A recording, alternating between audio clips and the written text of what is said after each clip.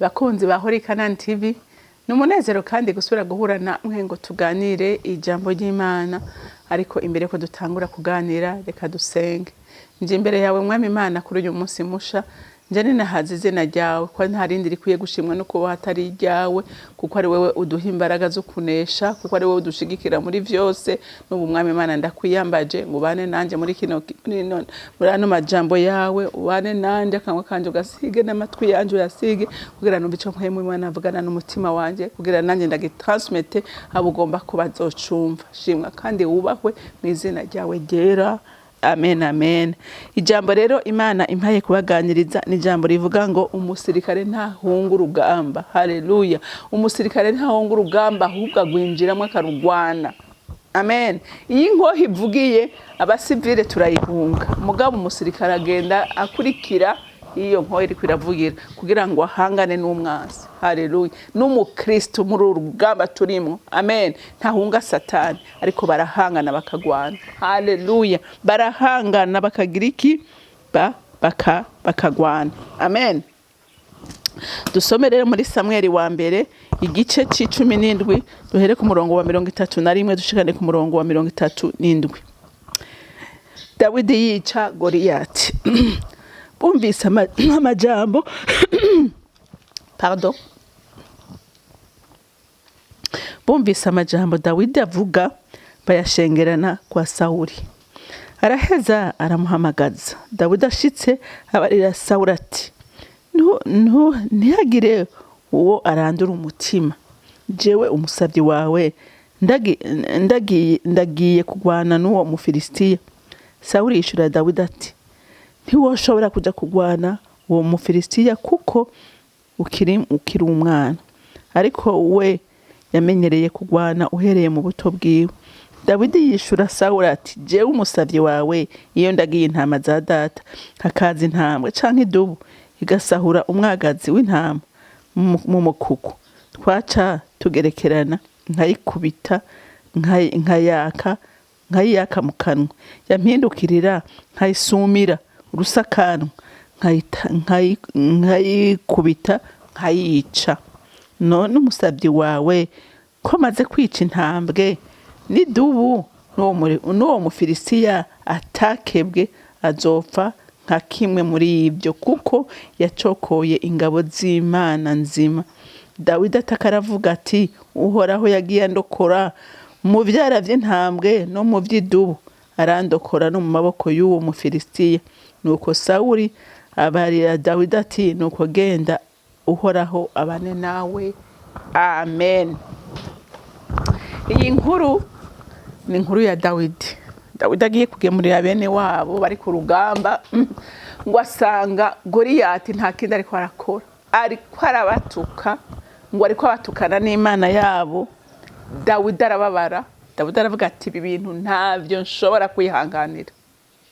Baramubwira tumbe tukubwire ati, irya ni kigatanya n'umuntu yamenyereye intambara. Ati umva bose ngo atanguye kuvuga baca baja kwinyegeza. Dawidi aravuga ati, jewe uyu sinshobora kumureka. Ataka gasuzuguro sinokirengagiza. Mwumvise umuntu w'Imana. Umuntu w'Imana ntahunga urugamba. Umuntu w'Imana ntatinya ibikomeye, kuko abazi ko iyo bari kumikomeye gusumba bimuhanze. Haleluya. Nawe muntu w'Imana uri kuranyumva, hari biguteye ubwoba, hari biri imbere yawe, hari biguhanze, ariko Imana yawe irabiruta. Haleluya. Imana yawe irabiruta. Byose bivingene uyizeye, kuko hari abafise akamana gatoya, hari abafise Imana yo hagati na hagati, hari abafise Imana ikomeye. Haleluya. Byose bivingene wizeye, byose bivingene ufata Imana yawe. Niba ufata Imana yawe ko ari Imana ikomeye, atakintu na kimwe kinanira, ko atakintu na kimwe kiri hejuru yayo, Imana irakubera Imana ishoboye byose. Ariko ni wayirimita ikingana n'ikibanza wayihaye. Haleluya.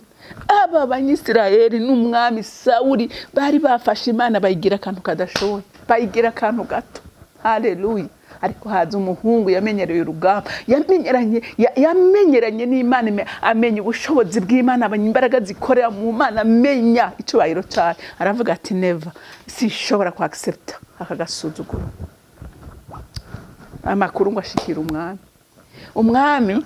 aramuhamagaza agakubise ijisho ati mukama wanjye uruyoya rw'uruyoya nibwo muzanye karakana gato ati pardon reka nkubwira amateka. Haleluya haleluya. Erega we gituma ugira ubwoba nuko utazi iby'Imana ishoboye, nuko atakiragushoborera ngo ukibone.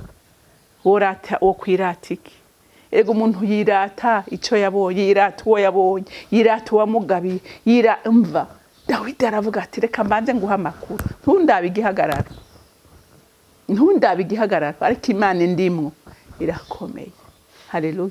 Ati jewe ndumwungere w'intama, ati iyo ndi mu ishamba ndagiye intama, ati dubu haraho yitokeza ikaza, ati gafata umwagazi, ati nanjye urari cyo ntankora, ati ndayisimbirako, ati nkayaka umwagazi, ati ama nkayitabagura nkayica, ati intare nuko nyene ije, ati ikatwara umwagazi ndayimwaka, ati nkaca ndayifata nkayitabagura, ati none je maze kwica idubu nkica intare none nigwa niyo Mufilistiya atakebwe.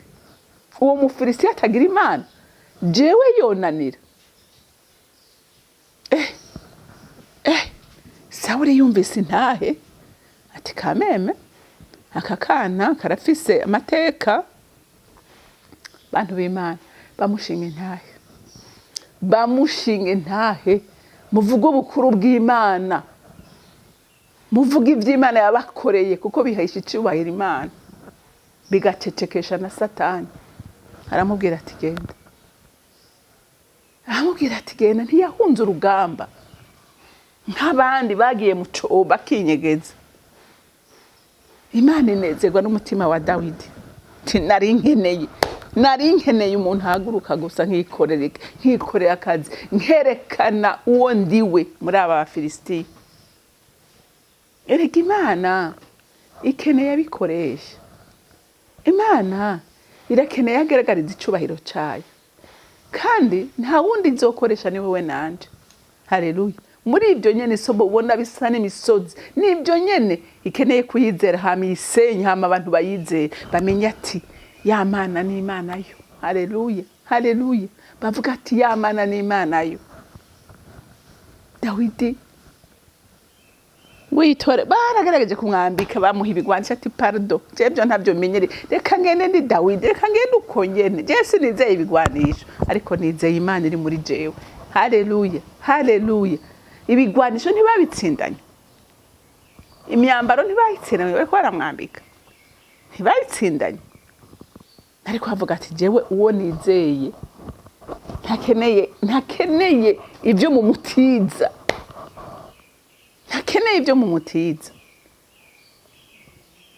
aragenda kitoreye amabuye n'itopito yako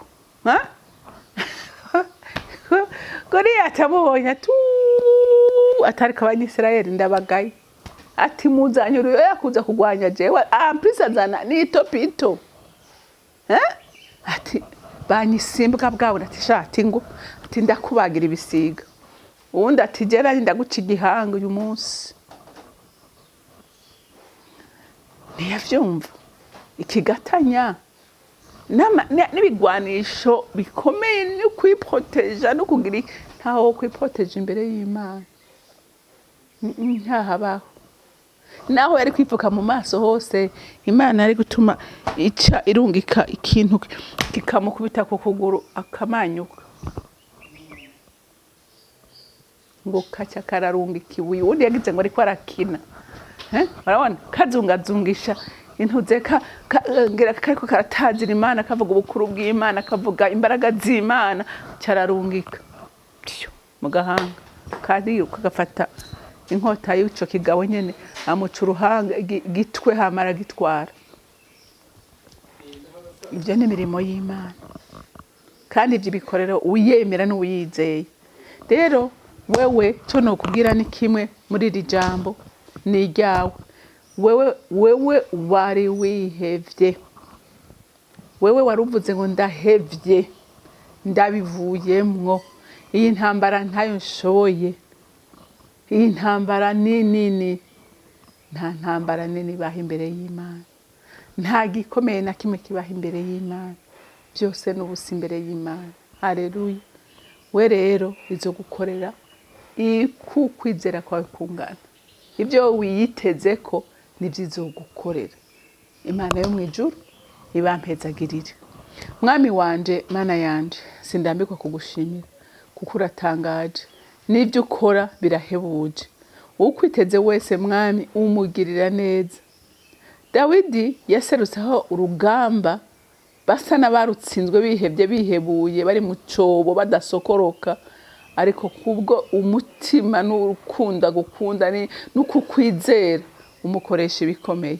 Natwe uyu munsi Mwami ibisa n'ibiduteye ubwoba byose wobihindura ubusa, hama imitima yacu ikanezerwa. Ndagushimiye kandi ndakurinahaje. Icubahiro n'amashimwe bikomeze kuba byawe, ni mu izina ryawe ryera senze nizeye kuvyumvise. Amen, amen. Mwarahezagiwe, mugire umunsi mwiza.